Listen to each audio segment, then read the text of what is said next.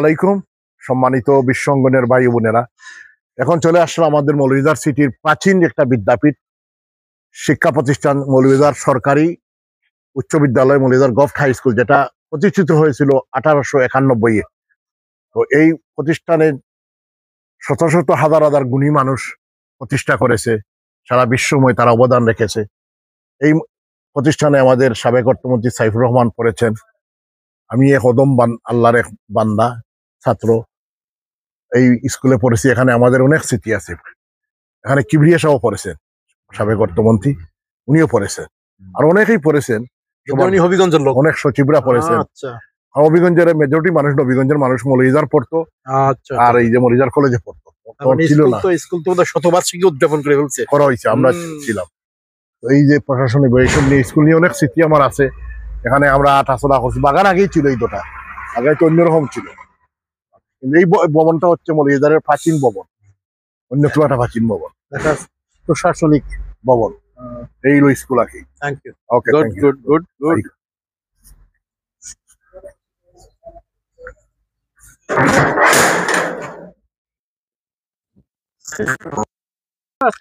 এখানে জিও আসছিলেন, জিয়াউর রহমান এসেছিলেন 78-এ আর 76-এ।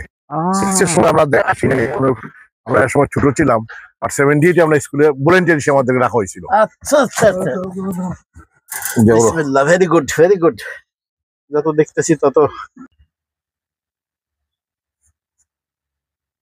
হ্যাঁ আটি এখানে আসেন, এখানে আসেন। পুকুরটা সুন্দর পুকুর, তুলে নৌকারও ব্যবস্থা আছে। মাঝখানে বর্ষি বাবারও ব্যবস্থা করা হয়েছিল, আপাতত বন্ধ করা হয়েছে। জি জি,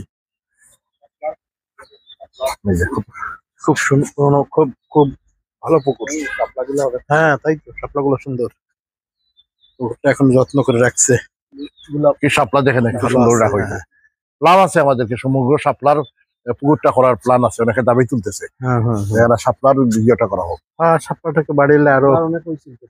মৌলভীবাজার পৌরসভা সিটি টাউন হল স্থাপিত 1887।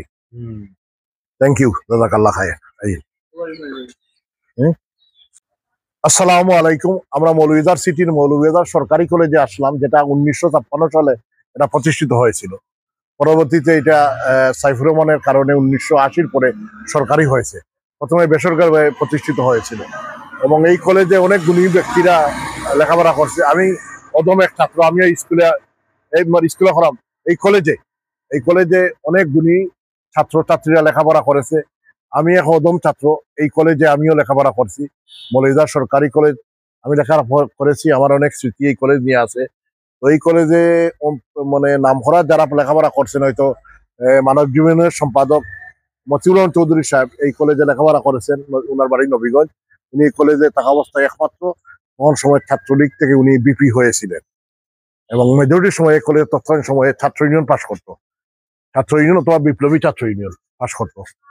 নাসিরউদ্দিন চৌধুরী এই কলেজে এই ডিরাইট, উনি ছিলেন বিপি না জিএস বিএনপি নেতা। এই দেখেন পাহাড়ি টিলার উপর পাহাড় টিলা, এই কলেজের পরিবেশ এই যে সব পাহাড়, এটা গাছ গাছ, টুরিস্ট প্লেস। এটা কিন্তু এই অডিটোরিয়াম নামটা তারা মিটিয়ে দিয়েছিল, আবার নতুন ভাবে স্থাপন করা হয়েছে, শহীদ জিয়া অডিটোরিয়াম, বুঝছেন?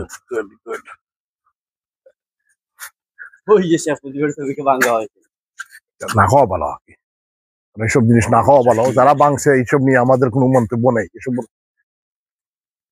ঠিক আছে তো, বাংলা তো রাইট। এই যে দেখেন মৌলভীবাজার সরকারি কলেজ, সেবাবাদান প্রতিনিধি থিজিয়ান চার্টার এখানে আছে। এই যে কলেজ, এই যে বিল্ডিং, এখানে আমরা বসতাম ক্লাসের পাশে। সমগ্র সেই দিনে এই যে নিচে টিলার নিচে খালি জায়গা ছিল, এখন ফিল করা হয়েছে।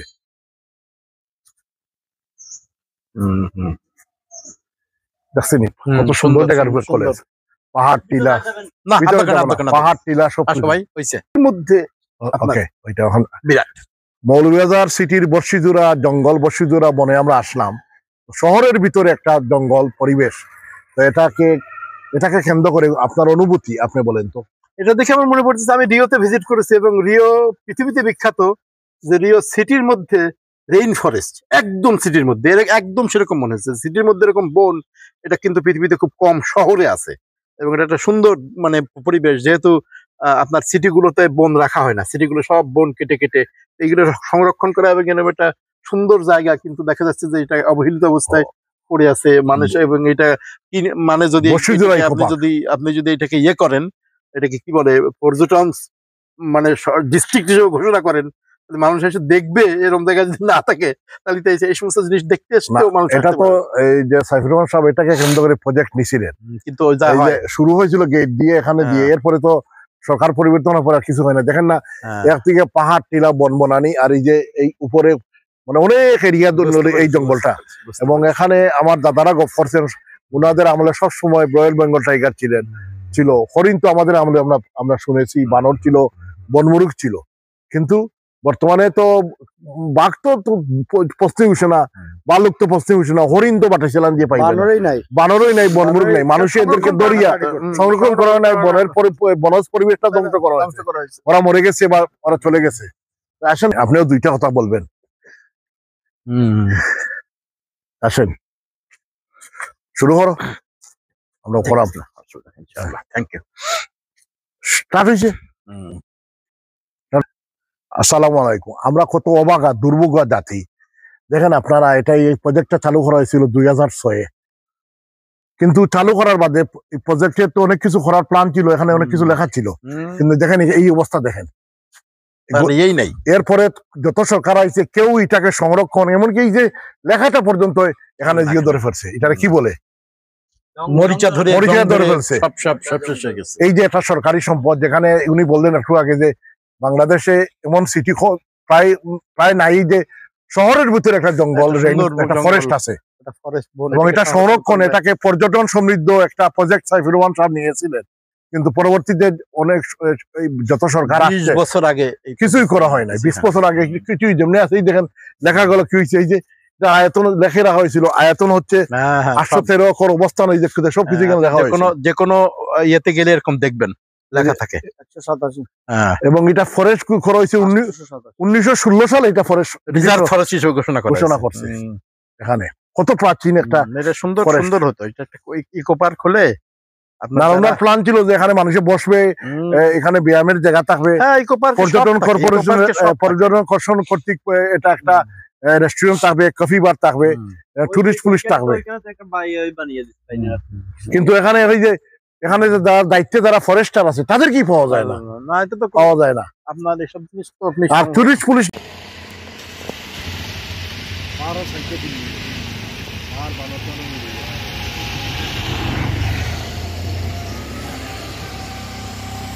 এখানে শেষ নাই, এদিকে গেট খোলো, আরো আছে, আরো আছে।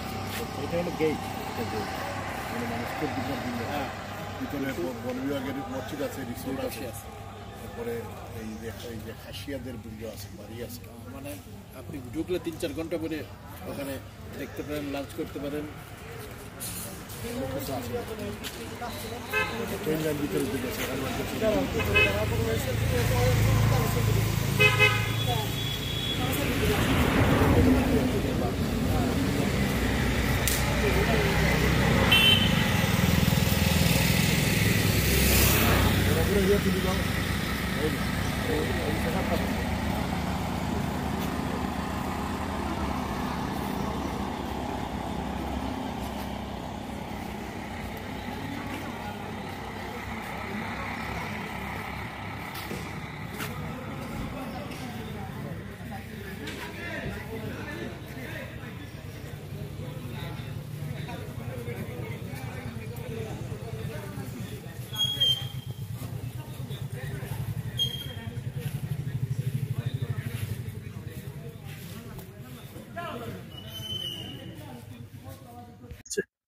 বিভিন্ন কোম্পানির আন্ডার আছে। আচ্ছা আচ্ছা, এটা হচ্ছে বাংলাদেশ, এটার নাম কি বা, কিন্তু এটা কি এখন কোমলগঞ্জের মধ্যে পড়ে গেছে? না এটা মৌলভীবাজার। হ্যাঁ, মৌলভীবাজার খালেঙ্গার বাজার যেটা, এটা দেখছেন, এটা কমলগঞ্জ, এটা মৌলভীবাজার। এখানে লেখছে এখন কমলগঞ্জ মৌলভীবাজার, এটা ভুল লেখছে, ভুল লিখছে, ভুল লেখছে, এটা ভুল লেখছে, ভুল লেখছে। তাই তো।